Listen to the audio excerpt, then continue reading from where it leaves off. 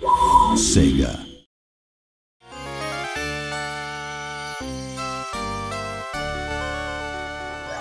When I was thinking about what people remember fondly about the game, at the time I think it was enjoying the thrills and getting the timing right when they played it. I think enjoying the game world and experiencing the fantasy world of Disney were a big part of it too. What they'll see in the 2013 version will be nothing like the old game in some sense, but I'm hoping that players can relive the same emotions when they play it. It's taking something that was very iconic in the 16-bit era and thinking, well, how can we take something that was really special, really worked well, was one of the most iconic games of its time, and actually try and explore that in new ways with the technology. And you have to be very mindful of what made the original so successful and why people loved it, and try and bring that forward without it being just, literally a one-for-one remake. There were a lot of unique games at the time in terms of graphics or the general atmosphere of the game. Even among those, this game made an impression that still lasts. And now it's being remade. The fact that we're bringing back something nostalgic that people remember fondly as a game they enjoyed years ago, to me, is the epitome of Disney.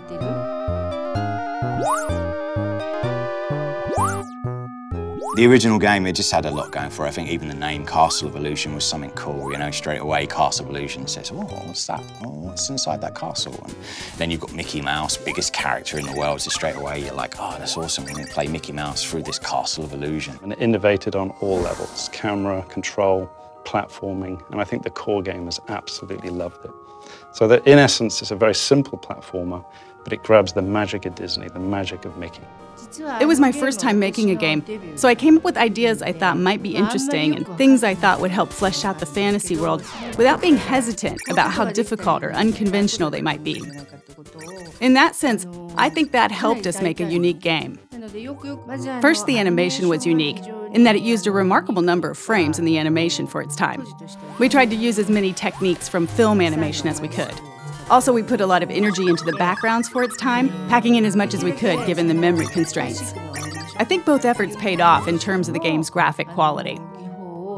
A Disney animation is always moving, from beginning to end. At the time we were making our game, if you didn't do something on the controller, nothing would move at all. So we thought, if we want to bring Disney animations to life, we need things moving on the screen all the time.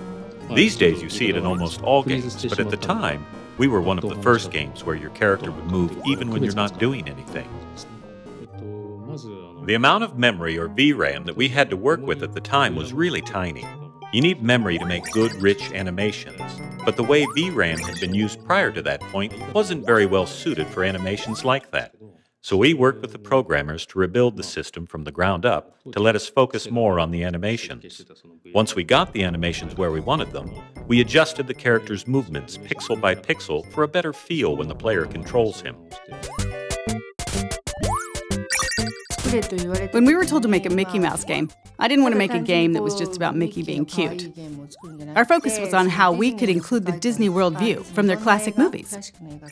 So rather than Mickey Mouse alone, we drew inspiration from the various classic movies that Disney's produced.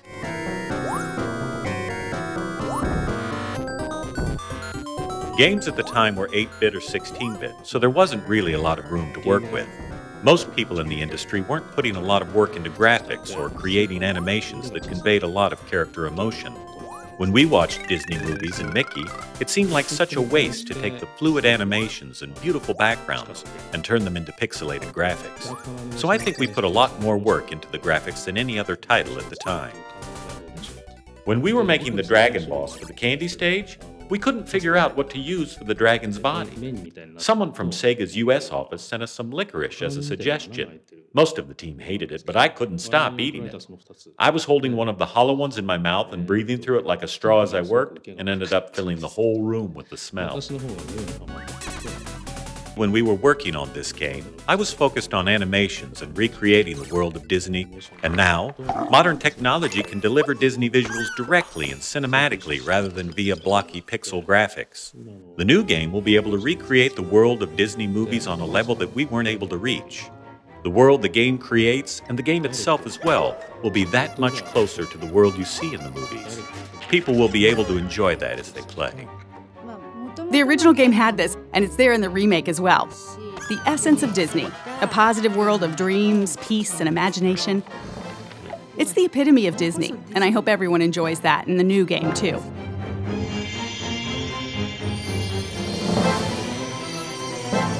We're very fortunate to be still working with the original producer of the game.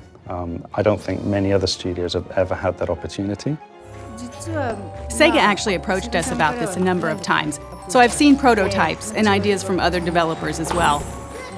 But with SSA's prototype, it took me back to when I was working on the original game. It reminded me of things I was feeling at the time, or what was going through my head as I was working on it. That's a wonderful thing, and it made me really want to work with them. The prototype we delivered was actually to be presented to the producer of the original game. There is nothing like that as a goal to motivate a team and then to fly a lot of that team over to Japan and present live. I myself was quite nervous. I've heard that the producer was very tough, very talented. She did the original game. We were there in the meeting, everything was quiet. She walks in, everybody's very nervous. It went phenomenally well. She was happy, she was laughing, she enjoyed what we did to Mickey. For us to change the mechanics, we have to be very cautious. We can't steer too far away from the feel of Mickey, and we can't go too retro, because there were technology constraints in those days on what you could do with Mickey. So we've analyzed the feel of Mickey, the jump heights, the inertia, the turn, on the edge of a cliff, and we've been able to just knock it out of the park, all the animations, and now we're challenged by the feel of Mickey. So we feel we can move from the retro to retro plus. We can do more of what I think the gamers in those days would have loved because of our technology. It's more lifelike, it's more fun. The lighting effects are taken into the account, the candlelight in the background. So all of a sudden the personality, the core pillar of the game, Mickey, is brought to life. And that's something that we really want to do with Castle of Illusion, is try and modernize Mickey, but put him in the context of what we had before in the original game.